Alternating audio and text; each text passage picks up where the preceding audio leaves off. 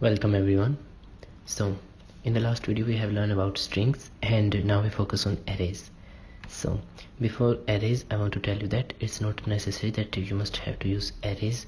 Instead of arrays, you can just simply use variables, but you have to define a large number of variables. Then, as I told you in the last video, then that what is the requirement of arrays and strings. And one more thing is that the videos for these lectures are very large, so try to focus on every single minute of the video, because they become boring, as I truly say, in last. Then you know that consistency is what makes you different from others, so try to focus till the end of the video. I can just simply separate the videos, but it's on you. I want to just put it on you that you want to focus or not. So I just hope that you should focus on the complete video. So now let's move to arrays. So as I told you that these are just simply numbers. This is a float, and the collection of these in a single set is known as an array. So arrays are just simply collection of number in form of sets, and we can use them to get rid of declaring a large number of variables. And like strings, the syntax for arrays is begins with the type of array that we are working on, and then the name of the variable. Like if I am working on int array or like float, then just simply I have to declare first the data type, that is int or float, and after that the name of variable, like my array, and then square brackets. It's on me that whether I want to add index or not. And after that the arrays, like this with statement terminator. Never forget to add statement terminators. And my array 2, and with float values like 2 point something, 3.0 and 4. So these are just two syntaxes for arrays, and similar to strings, they all have an index that begins with 0 and denoting 1. Like if I declare my array and 0, then the output for this is 1. If I declare my array and 3, then I think you can guess is 4, and because it begins with 0, 1, 2 and 3. So on 3 we have 4. Also there is one more thing, you can access the elements from opposite side, but I want to say that you can use minus of indexes to enter the variables, like from backwards, but in this case it did not begin with 0, it begins with -1. So for 4 we have -1, that is denoting 4, and on -2 we have 3. So this is the accessing of elements of an array by negative or positive index. So index is a very powerful tool. You can also do many operations like replacing or splitting the arrays by many methods, but we do not require them, so I will not confuse you with them. And after that, in array, let me focus on our last program, that is char. And I have to write it again because I have not saved it, but I did not enter the values here, just an empty string, because I have to make this an array. Then I have void setup, and then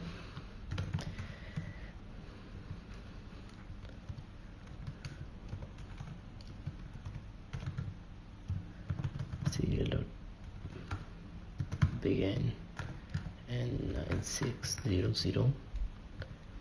Now void loop,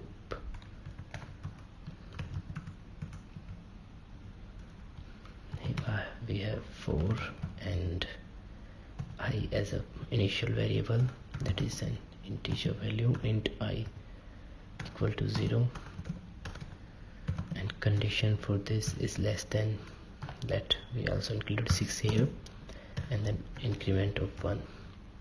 And what happens inside the loop is, now this is a mini challenge for you. You have to enter command for serial print of printing the string elements. So try it now. I think you got up, and that is serial dot println, and we have my string, and I with the statement terminator, and after that we put a delay of 1 second this time, because last time it's very fast.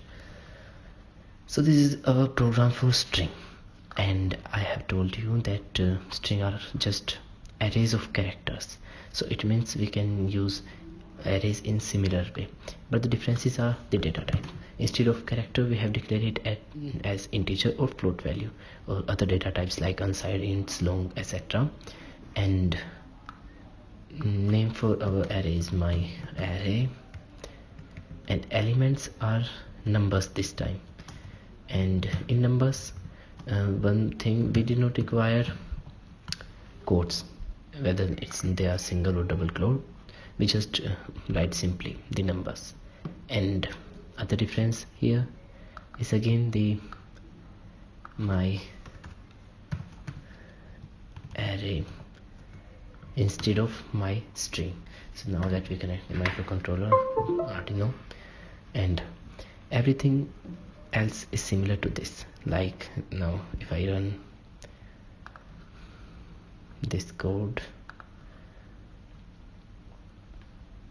till it's uploading, let we talk about arrays a little. Now it's uploaded.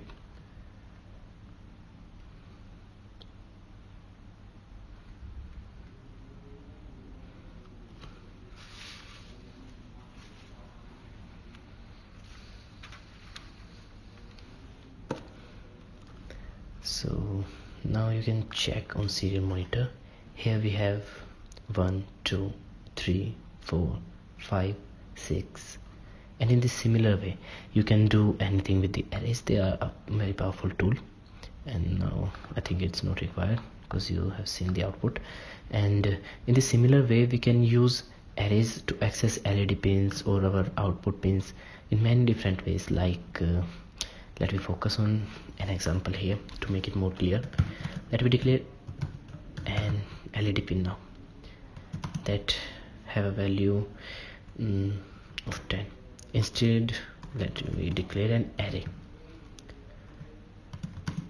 and provided pin numbers, let 8, 9, 10, 11. I think 4 are enough. And now just void setup, and as I have mentioned before, if I have not declared the array, then how should I declare the pin modes? That is pin mode to initialize this, and LED pin and output. And in this similar way I have to declare this 4 times, that is for LED pin denoting pin number 8, LED pin denoting pin number 9, and LED pin denoting pin number 10 and 11. But we have used array, so we just require a single initialization.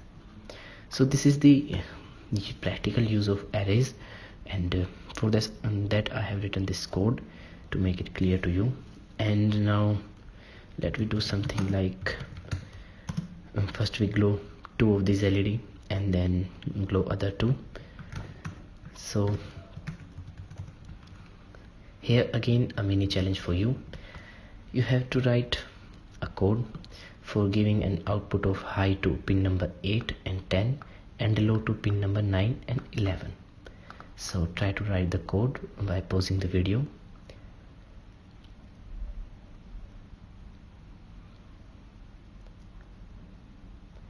I think now you have written the code, but don't worry if you did not able to, just do what I am doing. Here I have digital write and LED pin and high. Now if I try to run this one, I will get an error. First one is for parentheses, because here I have not declared which LED pin. I have just write LED pin. So to access the elements of this LED pin, we use the indexing in the square brackets. I have told you that we have to provide high to pin number 8 and 10. So for that, LED pin 0, because 8 is on 0, and then again digital write and LED pin, and after this on 1 what we have allow, because we do not want to glow pin number 9, and then again digital and then write LED pin 2 on high. Now by instead of writing the code again and again, just copy the terms that are repeating and just change the index here, that is 3 here, and now by providing a delay of 1 second, or let 2 seconds, so it will be noticeable. So here we have a simple code to demonstrate the uses of arrays, and we also imply this on practical Arduino board. And now copy this again and paste it, but now put high on pin number 2 and 4 with indexes 1 and 3, and low on other 2, that is low here and low here. So what this code is about, it have 4 LEDs denoting pin number 8, 9, 10 and 11, and first one pin LED pin 8 and 10 is on high, so LEDs with pin number 8 and 10 will glow, and 9 and 11 will not glow, and after taking a delay of 2000 milliseconds, that is 2 seconds, other 2 will glow and the 8 and 10 will not glow. So it's a simple code just to show you the working of array. Now let me imply the code and try to focus in.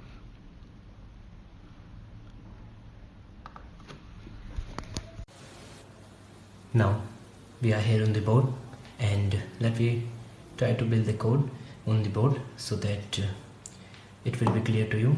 Here I have the breadboard and few LEDs with resistors. So what's in our code, that there are 4 LEDs. So first, before doing anything, let me first make the connections of LEDs, which should be the first step while you are building an LED project.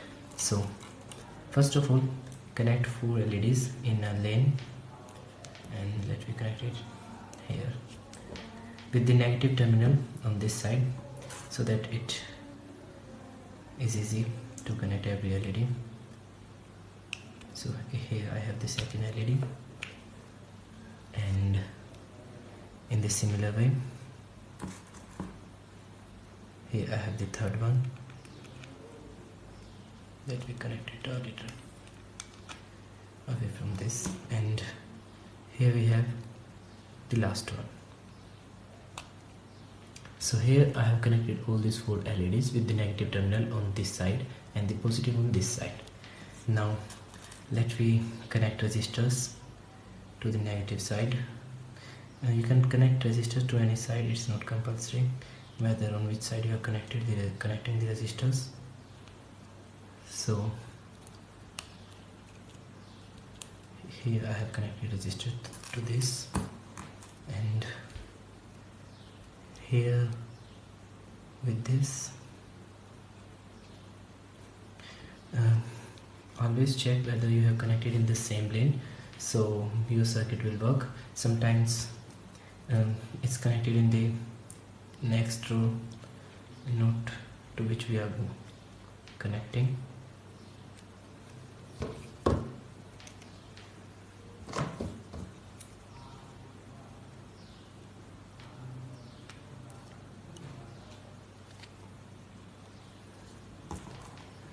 And one more thing, sometime you get error while writing your code, and the Arduino IDE will denote you that you should have to move the code in a folder naming XYZ, whatever he's asking.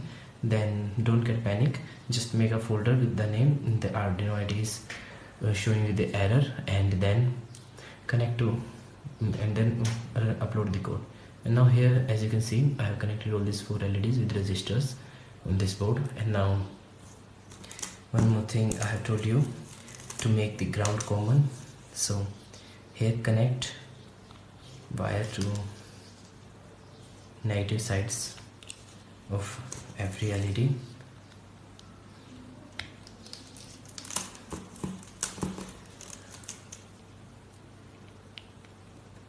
And make the ground common.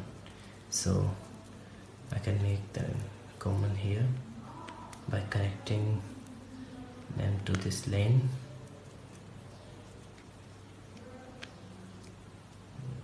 And now just taking a single output from this,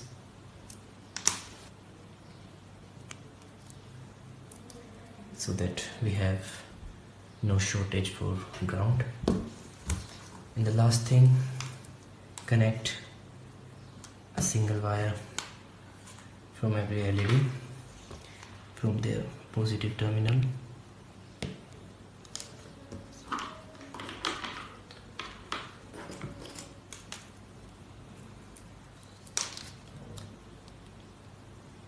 Now our breadboard connections are nearly completed, and here we go.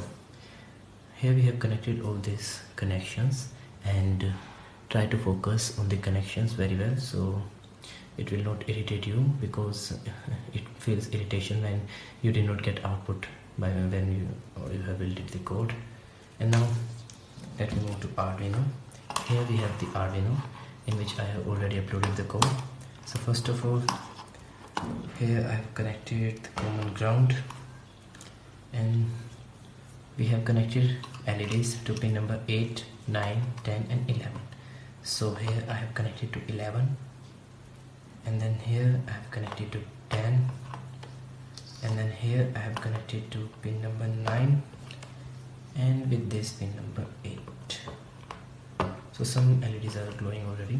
So as you can see here in our code, the first 2 LEDs are glowing, and then another 2, they are little with low brightness, but you can see here red and green, here yellow, and that last one, then again 2, then again 2. It's nearly visible. Yes, it is. So this is our code working here. You can check it by yourself also, and use proper brightness LEDs. Here I got low brightness LEDs. So this is our code, and here we have completed it. So I hope you are enjoying the course. Now see you in the next video. Thanks for watching.